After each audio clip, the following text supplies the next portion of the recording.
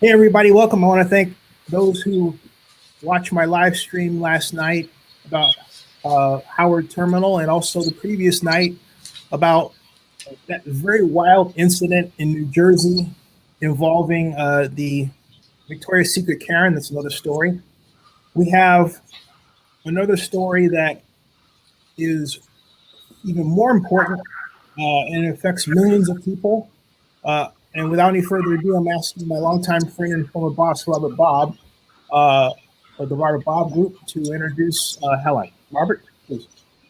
Yeah, Zinni, I think what you just said is so true. And that is one of the most important things that an individual family can have is the opportunity to have a home and to create home ownership, not just for the current individuals, but home ownership for the next generation of members within their families.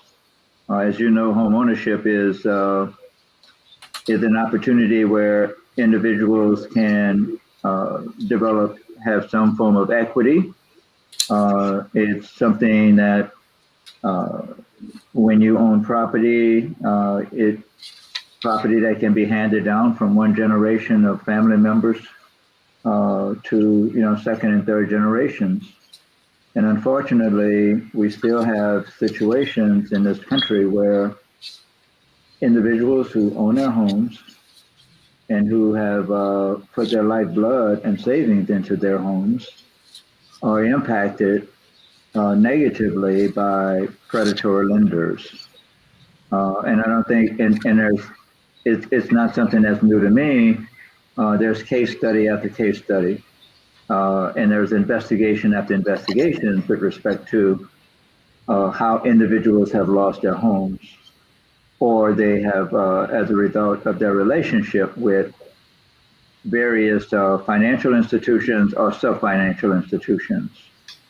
And so in this case, I met a remarkable woman and business person in another part of the United States where we're doing business, who, aside from our business venture, began to share her personal experiences in the area in which I just elaborated with regard to homeownership.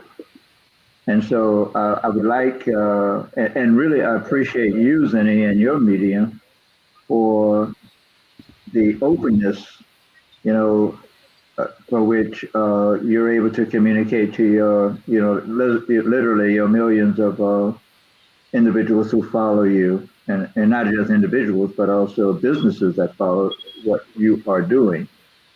And I think sometimes we make the mistake of saying, well, your blog and all of that network that you have is focused on sports and finance.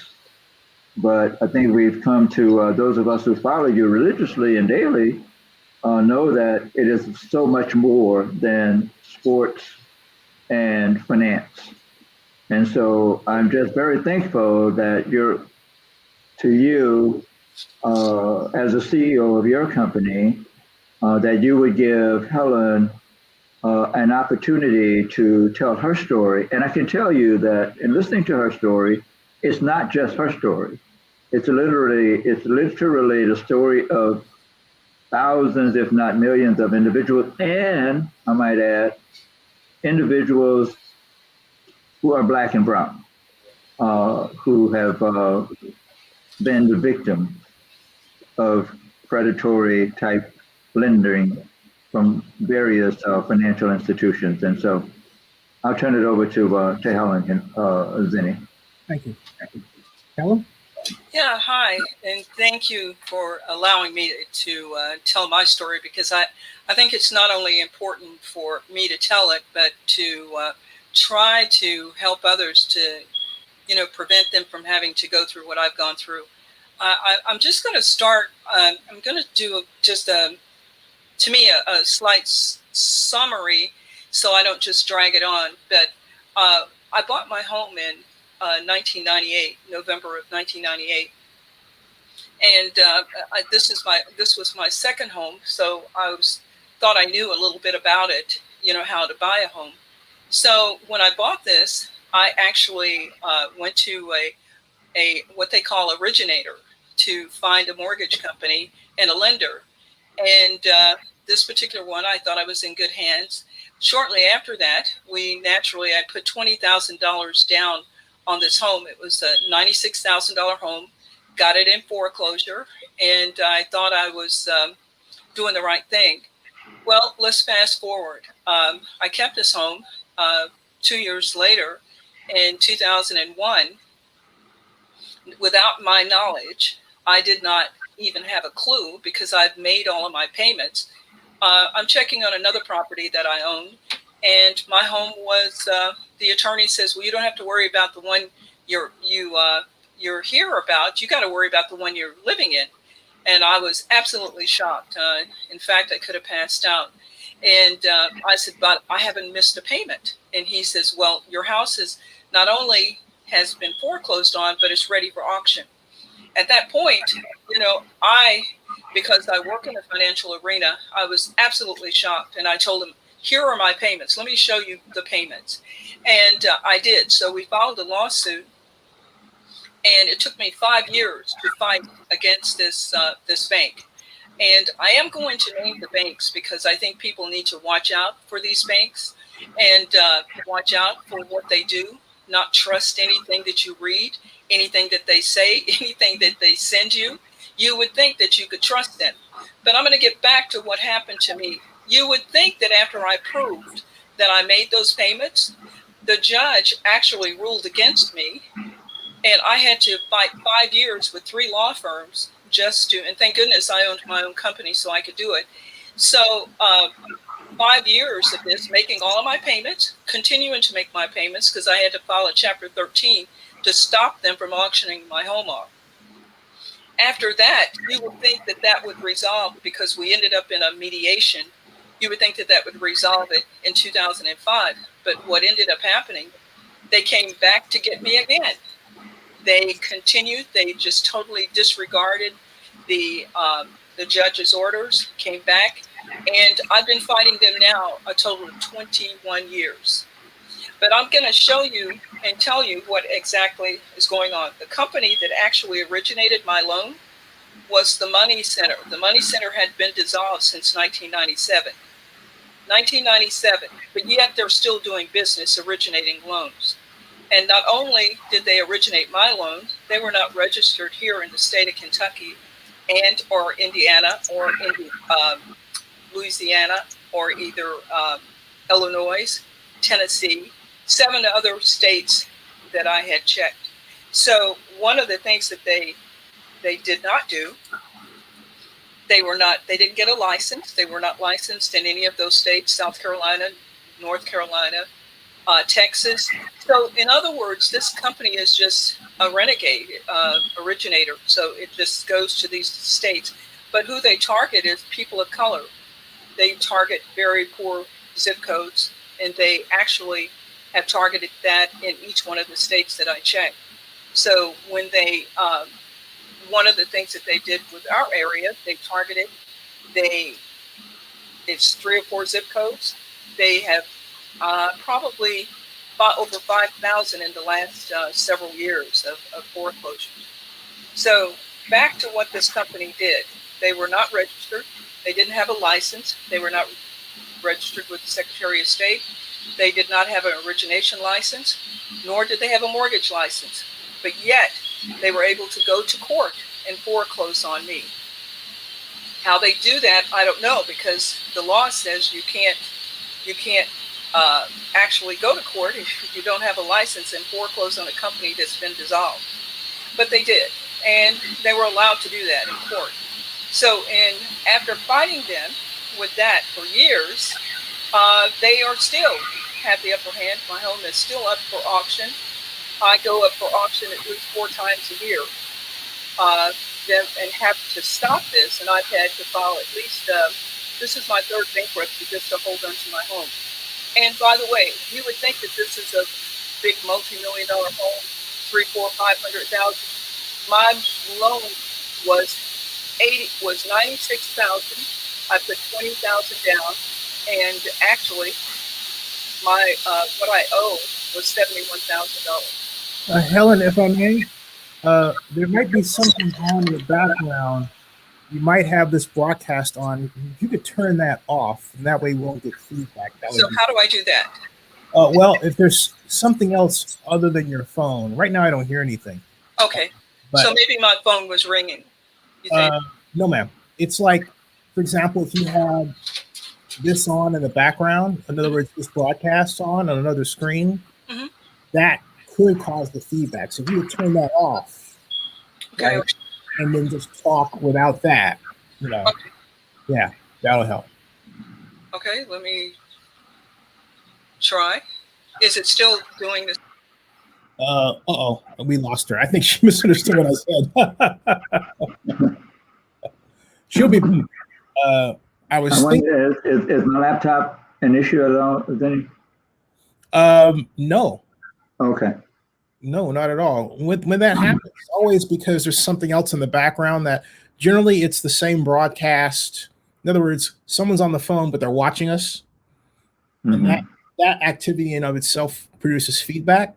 Yeah. Or absent that, don't quite know. That's my experience. I'm sure there may be something I haven't considered, but it could be where she's sitting. I don't know. But generally when it escalates like that, Uh-huh. it's feedback from some other speaker where she has us on it. So if she has a laptop, and I believe she does, right? If she has a laptop, then I don't know if it's a laptop or computer. Yeah, and so that's generally what causes it. So, hi Helen. Yeah, you can hear me now? Loud and clear. You're clear. Okay, good. I've done a few little things during this interruption, so hopefully, is it a little bit better? It's fantastic. Oh, gee. Okay, I hope so. I think what I wanted you to know is a little bit about how fraudulent this whole arena is, and that these banks and these originators, these mortgage companies, are able to do things that the average person could not do. They're able to go to court and win on a case and not even be registered as a business and be dissolved in any state. And when I have tried so many different things to show them that I paid, by the way, I had a certified audit and by a CPA firm that shows that I've overpaid. My mortgage is paid, but yet a $96,000 loan that they claim that I only owed $71,000 after I put my $20,000 down, $76,000 or whatever, is now $186,000 is what they say I owe after paying it on it for 21 years. And it's all fabricated documents. What I've noticed is, and I've followed them, I've noticed that they not only do they forge your name and put it on documents you've never seen or signed, they also fabricate the documents, create documents, take your signature off, put it on those documents, and you don't even know what it is that they're signed.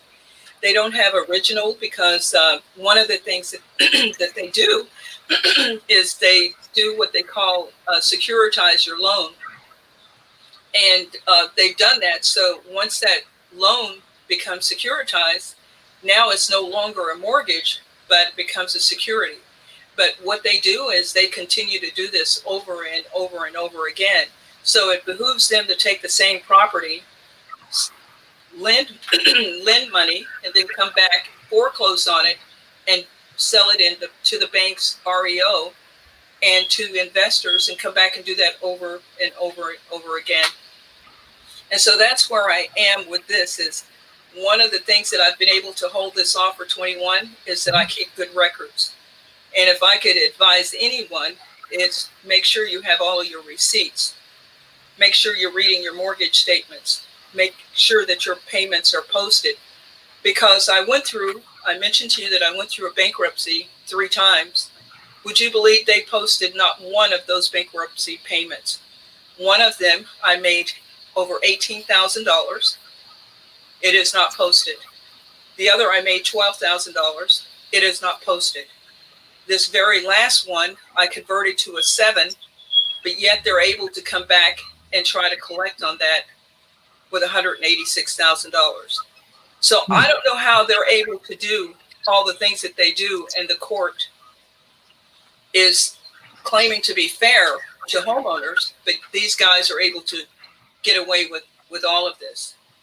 And I want you to know that whenever you get a loan, and somebody may correct me, but I've validated it, they may send in $100,000 loan, but by the time they get the banks to lend on it, they'll get 10 times that amount.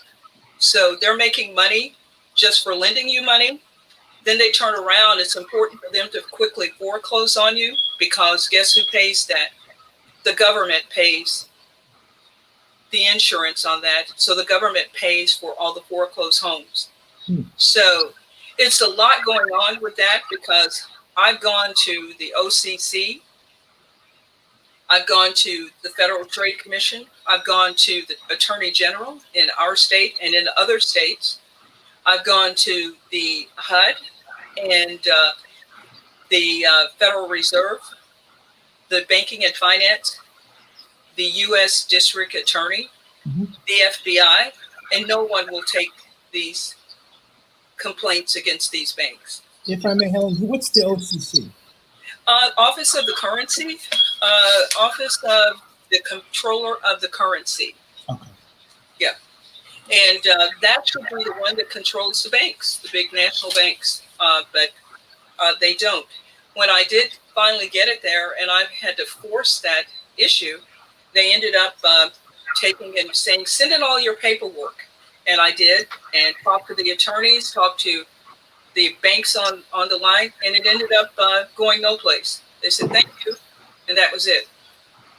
So in other words, their whole goal is to foreclose, is to first originate loans, turn around and foreclose on the loans, give them back to the bank, to REO, so they can give them back to the investor and redo this cycle over and over again. You don't really have a chance to go to court. It doesn't work that way. Wow. What are the next steps? And by the way, did you go to an elected official or officials, and what was that experience like?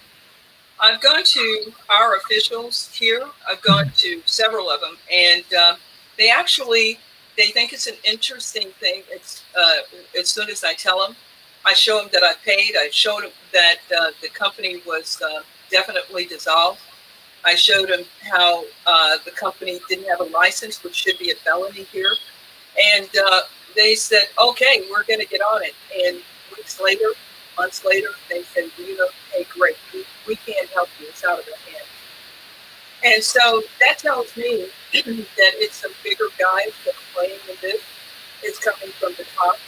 And that us as homeowners, we don't have a chance. We don't have the chance. And if we don't get the courts behind us, if we don't get Congress behind us, we're not going to be able to actually sustain any type of loan, because it's a cycle with them. I got an article the other day. I'm going to change the subject. I got an article the other day that said that what we're going to do is we're going to start lending money to minorities. This is our goal. And Hello. Yeah. Can you adjust your phone again, because we're getting some? It sounds like something Static. spraying. Like static, right? Well, it's more like a spray can or something. I don't know what it is, but I heard that this time myself. Is that better? Yeah. Now it's almost gone. Whatever you did. Yeah, I'm just adjusting, taking my volume all the way down to about 3 or 4. Okay, good. Yeah. Is that better? Right. Do you have a speaker on? Is that it someplace? Yeah, I have a speaker. I have an external speaker. That's why. Yeah. Turn, if I may, turn that off, please. Yeah. Turn that off. That I knew it was something back there. Yeah. Okay, let me see. Okay, if I do, if you don't hear me, how about that? Oh, really? Is it off? So Yeah, it I off. can still hear you. Yeah, we can still hear you. Okay, We is can that hear you. better? Okay. Golly, you're brilliant. You are brilliant. I don't know about that. because that was it. Aha. So I had two speakers on. Yeah, I knew he had something on back there. I just didn't know. I couldn't see it, but I know from experience that something back there was on that shouldn't have been. So Yeah, well, we got that settled. Yeah. Okay. So you were saying, yeah. Okay. I don't even know where I was. This is such an enormous, it's a voluminous responsibility now that I know this. These banks are, I just have to tell you, one of the banks I've been dealing with is Citibank, US Bank, and now and Deutsche Bank has been involved. So what these guys do is that, and Bank of America, they trade among each other. They sell and assign these loans to each other so they can take it and securitize them and trade. New York Stock Exchange. They do this for pension funds and different others that want to invest into this particular arena of mortgages. Some are even called, they actually bundle them and they call them warehouse them, and they actually go and trade on them. That's their whole goal.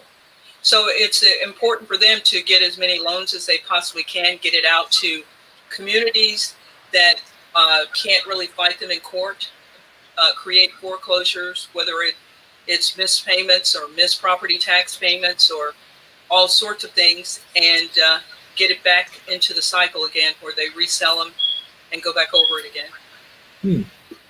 A viewer is saying it's called fracture reserve banking is what it's called. It could be. I don't really know what it's called, but if people know about it, then we really should be doing something about it. I thought, and I'm going to tell you, Robert, when I talked to him, I was telling him about it. I said, surely nobody else is going through this, or else the government would stop them. Surely nobody really knows about this. Here, listen to me. Here's what's happening. I've put this together over these years. Come to find out, there's been stories written about this years ago, and it's been going on for years. That's the reason I said they know about this, but nobody will stop it because it's a cycle of making money. And the sacrificial lambs are the people of color, the poor, and those people that actually fall into this not knowing, older, elderly. And there have been some cases where people have paid their homes off, by the way, don't know to go back and get the lien, make sure the lien is released, at the recorders or the deed or wherever it's recorded at in the different states. And come back 5, 10, 15 years later, they've got $86,000, $25,000, whatever it is, added onto their homes, and they foreclose on it. The home's been paid off for years. So you have to go back and make sure the liens are released, even though they may send you a document saying, hey, you've paid off your mortgage, everything is paid in full. But if you don't get that lien released, they assign that lien to another company, another mortgage company, and they begin to add fees because you've never made a payment. People don't know that. And I found out through working with a couple of older groups that actually had that happen to them. So it sounds like, take me back again to your experience in reaching out to elected officials. Can you repeat that and who you reached out to and what their response was or was not? I hate to call names because I really depended on these people, but I've actually gone to Maxine Waters. I've actually sent in all of my documents to that department, worked with one of her aides for a while. It went no place. I've also called, in this particular arena, I've sent some things to Senator McConnell because he was working with that particular committee. And I've had several different ones that I've contacted. What is his name? What I was looking at is committees. That the lady with HUD, Marcia Fudge. So I've had several different ones that I've reached out to, and no one has really responded. And not McConnell. What was McConnell's reaction or his office? Anything? McConnell, this was years and years ago that I reached out to McConnell because he was dealing with HUD. And McConnell didn't think there was a problem, and therefore there was no response from him. Well, say that again. You said I reached out to 2005, and okay. Years ago when he was actually working with some of those committees, and he actually didn't think that there was a problem with the mortgage industry. Of course, we all know that that was not true. That Have you been able to connect with a consumer watchdog agency? I've looked up the CFPB. I've contacted them. To me, they have very little teeth in it because you send your information in, and then what ends up happening is they do not do anything because they're not there to investigate individual complaints. So they take your information and then they send it to the lender or the mortgage company or the banker, and then once they get a response, they close your case. What about what about the NAACP? And I asked that because as I'm listening to you, and I'm happy to be wrong about this, but it occurs to me it doesn't seem like there's an organization that specifically focuses on Black homeowners and acts as a watchdog on behalf of Black homeowners. I tell you the truth, I tried, this has been several years ago, I tried with the Black Caucus in Washington. I sent all of this information, even Al Sharpton, I sent information into him to ask for help. I did send to our state NAACP and the national NAACP. They just sort of swept it under the carpet. And I found out that because of corporate giving from a lot of these nonprofit organizations, they really don't elect to go against the banks because corporate giving causes a real problem. But they don't know that they are the very people that they want to protect. They say they're being used as pawns. They're being used to siphon the money out of the banks to lend to individuals, and then from there, people make money. The only one that loses is the homeowners that put a deposit down, and the homeowner that has been in the home for years. The homeowner that now has to relocate. Many are homeless, and they wonder why are there so many people of color homeless? Because they have bought homes and they've lost their homes through all sorts of reasons, and many of them is not their own. This last little thing I'd like to say about that area, there was an article written that said these people don't pay their bills. They have actually bought homes over their budget. That's the reason they end up in foreclosure. So what helped me is I knew that I had really good credit. And I thought, what are they saying? So then when I saw that they fabricated me missing payments that I could now prove that I made, now it's a whole different story. So I started thinking, how many other people out there are they fabricating that you didn't make payments that you did and not able to prove it? So that's what got me started really investigating the bankers and the banks, because they're fabricating the documents. They're creating. I got a printout of my payment history. Would you believe the bank started at 2007?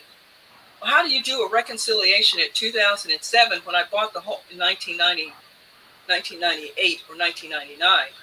Well, what happened to all the other years? Wow. Robert, thoughts? Robert, what do you think about this? Well, it's an interesting case, an interesting story on Helen's story. Just, I guess the question is, how many other individuals, homeowners, have faced the same situation but did not have the tenacity or the wherewithal to, to fight through any of these problems and challenges, and then ended up losing their homes. I mean, there are successful homeowners around the country, but there are also those who have lost their homes for one reason or another. And the story that Helen tells with respect to, an organization that originated loans, but there's literally hundreds of individuals, but then is out of business, had no business license, et cetera, et cetera. How do you protect homeowners from those types of individuals and our companies that Yes, it sounds like allegedly that they're all are to be, regulated, just like my company is a regulated company. So. Can I say this about attorneys? Legally, I fought this with 3 law firms starting out. And then gradually I noticed that the more I tried to find an attorney that would really go out after these banks, here's the evidence, go after them aggressively, would you believe I found none? And as I called them, this is what they said. We're sorry, it's a conflict of interest because we're working in the corporate level with the banks. We actually, they're clients. So what these banks do is they go into the states, whether it's 50 states, 51 states, you name it, they go in, and now they actually buy up the law firms there. They actually contract with them to do certain types of business, and now it makes it a conflict of interest if they take homeowners as defendants.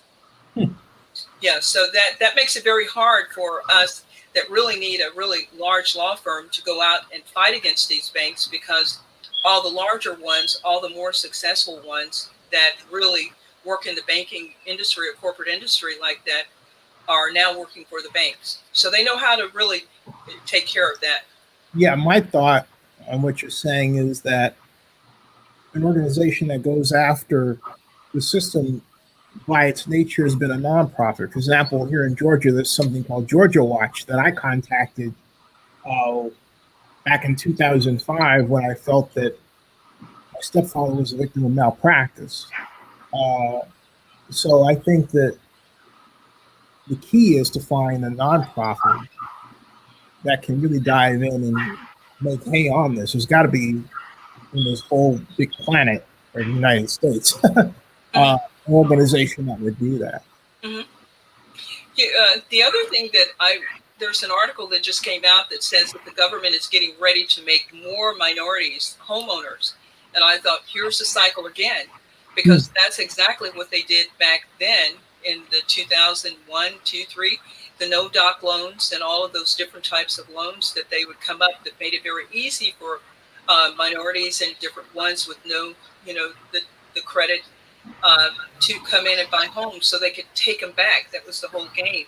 So now they're saying, okay, we're going to make it easy for minorities to get home. It's going to be more minority homeowners.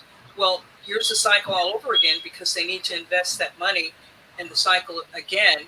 They'll create ways to foreclose and recycle them back into the business so they can trade. Yeah, that's happening with the PPP loan program.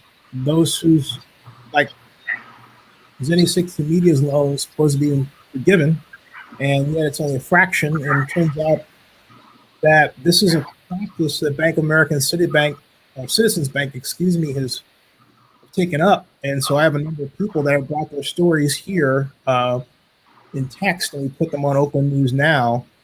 And I've got to call in the Bank of America to get their spokesperson on and talk about why they're doing this. But ultimately, the government started the program under the Trump administration, and the Biden administration has seemingly been loath to fix it.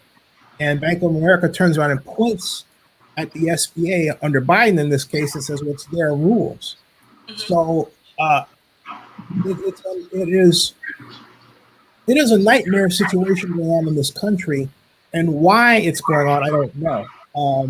Why it's being allowed to go on, I don't know. It's creating financial hardships where there don't need to be any. I think they're doing this because it's ways that those that have the haves, they're making money off the have-nots, and this is a so-called legitimate way. They sort of put this in front of you as you want to be a homeowner, you go in, so they get investors to take these loans, and the big pension funds all over, teachers, police, whatever, and they bundle these things, they invest into it, and then they have to make the dividends somehow. And the government, I think, ultimately pays those dividends. But then let me just say this too. They're the big companies that actually start this. I have to give you this example. So I pulled up the name of the money center. In all of these states, the money center has hundreds of people that they did loans, homeowners. And there's a company that would do the signing for them. They call it robo signing. So these robo signers, there was a company called Orion Financial Group. Now they did most of this for associates and for city and different ones, and they would go in and just sign all these documents, right or wrong. They fabricate whatever they needed to, but they would do the assignments for the banks. So this, I started checking and found out that this robo signer was not his name.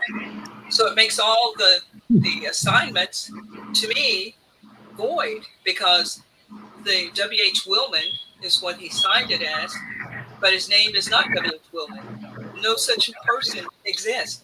But these banks use these fictitious names, these fictitious robo-signers, just to sign the document, which makes these documents fabricated. So when I contacted this company, Orion is still in business, by the way. It just toned it down some. Now they're called Megasource. Megasource, there's a guy who was, worked in Orion, is Chuck Hall. Chuck Hall now is the president of this Megasource that still does bank doctoring, or document doctoring it's called, for the banks. So they still do the same thing, but they're doing it under a different level. So we have all of these documents that are being just fabricated, but under a mega times with all of these different names. So as we move to close, what do you want to do? And what are your next steps? Right now I'm still fighting with them. I'm taking it through all sorts of agencies, governmental agencies, trying to get them to pay attention, to look at it, because it's not just me, it's hundreds of others. It's been over 5,000 here. It's been hundreds of thousands. I think I read an article that says it's been over 2 million people that have been foreclosed. And listen, they said expect even more. Now that I would say that now that the pandemic is sort of phasing out and the moratorium is over, they're saying expect even more foreclosures. So this gives them a green light to go and do what they need to do. Well, I think the next step for us, for my organization, is to find someone who's a watchdog on this area on the show, and get them to explain what they're doing to stop this and stop your story from happening and get you the help you need. How's that sound? I think that would be absolutely wonderful. This is what I needed in order to propel this to the next level, so we can at least help people stay in their homes the right way. But another thing, people do modifications, by the way. Can I just say this one last thing? Modifications, a lot of they have been encouraged to do, not only with the banks, but with the government. Get a modification. Here's counselors. But I found if you've got fraudulent documents, if you've got a fraudulent loan, if you've got a lender that's not real, isn't licensed, why would you do a modification and now give them the legitimate way? Because they don't go back and look at the history. They move forward with the legal documents now, which is the modification. And they tried to force me into doing a modification, and I refused. So the only documents they can use for me are the ones that were fraudulent. I refuse to help them doctor the documents up and make them legitimate now. So people need to look at that and read their documents. Helen, Robert, let's talk about today. That is something that I'm going to go to work on and get someone else on the show. It's a watchdog, and find out from there what the heck is going on and how we can stop it. Robert, got closing thoughts? Yeah, my closing thoughts are, what we have to do is find the legitimate ones who then can take on the illegitimate ones. Because I'm sure there's some legitimate lenders out there. And if they know what their sister or brother entity they're doing, they may be an advocate for us helping to right the ship, as it were, for literally hundreds of individuals who have lost and who are losing their homes, or who are in a very similar situation as Helen is in.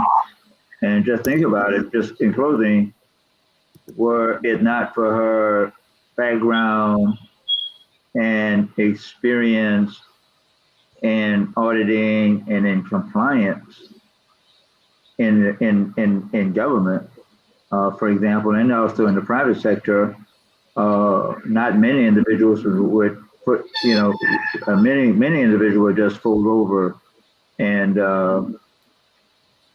move in with their kids or something of this nature, would lose their home. So it takes courage and tenacity when you've been wronged to continue to try and right the ship. Well, you got a team behind you. Hey, everybody, stick around in the back, folks. We'll be back. Subscribe to Zinni62. Share this around, please. And it's not going to be the last one. And if you have a story you want to tell, either about Helen's situation, your story similar to hers, or the PPP loan program, there's the email. All right, folks. Thank you. Thank you so much. Thanks, Zinni. Stick around. Thank you.